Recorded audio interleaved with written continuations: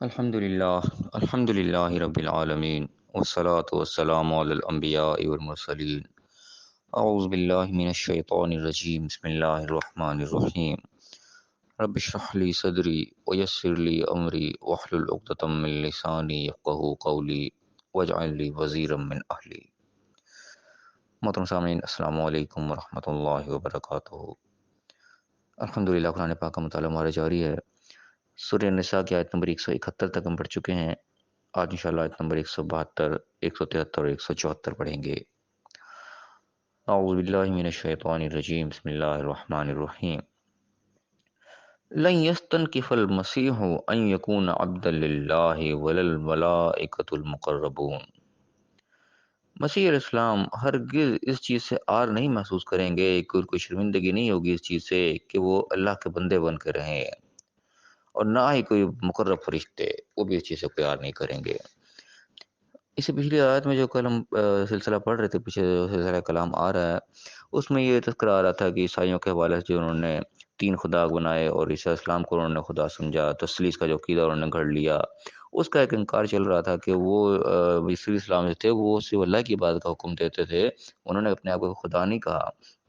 تو اسی کا سلسلہ آگے چلا ہے. اللہ یہاں بیان فرما رہا ہے کہ مسیح اسلام ہرگز کوئی اس چیز سے آر نہیں محسوس کریں گے، ان کو اس چیز سے کوئی شرمندگی نہیں ہوگی کہ ان کو اللہ کا بندہ اگر کہا جائے، ان کو کوئی برا نہیں لگے گا اس چیز میں کہ تم شاید ان کی توہین سمجھتے ہو کہ ان کو اللہ کا بندہ کہہ دیں گے تو ان کی توہین ہو جائے گی، تم نے ان کو خدا بنا کر رکھا ہوا ہے. وہ اپنی توہین نہیں سمجھتی اس چیز کے اندر، ان کو کوئی برائی محسوس نہیں ہوگی کبھی بھی. اور نہ ہی مقرب فرشتے جو ہیں کہ بڑے اللہ تعالیٰ کے قریب رہنے والے، وہ بھی اس چیز کہنے کے بڑے اعلیٰ و عرفہ فرشتے جو ہیں جبرائیل علیہ السلام جیسے ہو گئے کہ وہی لے کے آتے ہیں اللہ کی، جتنے بھی بڑے سے بڑا کوئی فرشتہ ہو گیا، وہ بھی اس چیز سے کوئی یار محسوس نہیں کرے گا. اس کو اللہ کا بندہ کہا جائے، اللہ کا غلام کہا جائے، اس کے غلامی میں کوئی شرمندگی محسوس نہیں ہوگی. اور اگر ہم فرما گیا وَمَن يَسْتَنْكِفْ عَنْ عِبَادَتِهِ، جو اس کی غلامی سے شرمندگی محسوس کرے، آر محسوس کرے، وہ یستکبر، تکبر کر لے، فَسَيَحْشُرُهُمْ إِلَيْهِ جَمِيعًا، پھر تو وہ سب کو اپنے پاس میں جمع کرے گا. یہ یعنی کوئی شیطان نے جو کام کیا تھا کہ اللہ کی عبادت سے اس نے آر محسوس کی تھی، اللہ نے حکم دیا تھا کہ اس کو سجدہ کر دے، اللہ کے حکم کو ماننے میں اس میں شرمندگی محسوس کی اور اپنے آپ کو اس نے بڑا سمجھا، تکبر کیا. اس کا پھر انجام اللہ تعالیٰ اس کے سے لوگوں کا کیا ہے وہ بتا رہا ہے کہ سب کے سب اللہ کے یہاں پھر جمع ہوں گے. جمع ہونے کے بعد پھر کیا ہوگا ان کے ساتھ؟ فَأَمَّا الَّذِينَ آمَنُوا وَعَمِلُوا الصَّالِحَاتِ، جنہوں نے تو اعمال نیک کیے اور بات کو مان لیا، نیک عمل کیے، فَيُوَفِّيهِمْ أُجُورَهُمْ، ان کو ان کا پورا اجر، ان کا بدلہ ملے گا. وَيَزِيدُهُم مِّن فَضْلِهِ، اپنے فضل سے اور زیادہ بھی اللہ عطا کرے گا. لیکن وَأَمَّا الَّذِينَ اسْتَنكَفُوا وَاسْتَكْبَرُوا، لیکن جنہوں کو آر محسوس کر لے، کوئی شرمندگی ان کو ہو گئی اور تکبر انہوں نے کیا، فَيُعَذِّبُهُمْ عَذَابًا أَلِيمًا، ان کو لیے پھر دردناک عذاب ہوگا. پھر وَلَا يَجِدُونَ لَهُم مِّن دُونِ اللَّهِ وَلِيًّا وَلَا نَصِيرًا، ان کو اللہ کے سوا کوئی ان کا مددگار، کوئی حامی، کوئی ان کا سپورٹر نہیں ان کو ملے گا. اب یہاں پہ اللہ تعالیٰ نے ایک چیز کو یعنی کہ کنکلوڈ کر کے بتایا کہ کوئی کتنا ہی بڑے سے بڑا ہو جائے، کوئی نبی، پیغمبر، کوئی فرشتہ، کوئی بھی جتنے بڑا ہو جائے، وہ اگر واقعی اللہ کا بندہ اپنے آپ کو سمجھتا ہے، واقعی یعنی کہ صحیح راستے کے اوپر ہوا ہے، تو اس کو کوئی شرمندگی نہیں چیز محسوس ہوگی. اللہ کی عبادت کریں گے تو کوئی اس کو شرمندگی محسوس نہیں ہوگی کہ اس کو کوئی اللہ کا غلام کہہ دے، اللہ کا بندہ کہہ دے تو اس کو کوئی شرمندگی محسوس ہو جائے. اگر وہ کوئی شرمندگی محسوس ہوگی تو اس کا پھر انجام جو ہے وہ خراب ہے. اب یہاں پہ ہم اپنے ارد گرد ایک نظارہ کریں، اب اس کے مشاہدہ کریں، ایک نظر دوڑائیں کہ ہمارے ارد گرد کی جو ماحول ہے اس میں کیا یعنی کہ کئی ہمارے قسم کے بڑے بڑے ان کو علماء ٹائپ جو ہیں، ان کو اگر نام بھی ان کے یعنی کہ عام طریقے سے لے لیا جائے نا، کہ کئی نے اپنے نام کے ساتھ علامہ اور پتہ نہیں کیا کیا کچھ لگا رکھا ہوتا ہے، حافظ، قاری، علامہ، یہ وہ بڑے لمبے چوڑے نام رکھے ہوتے ہیں انہوں نے. ان کا نام اس سادے طریقے سے لے لیا جائے تو ان کو برا لگتا ہے، کیا تو انہوں نے ہمارے بےدبی سے نام لے لیا. اور کئی لوگ اس قسم کے ہوتے ہیں جو کہ دیکھنے میں آیا، مشاہدہ اس چیز کا کیا گیا ہے کہ جو بڑے قسم کے لوگ، کوئی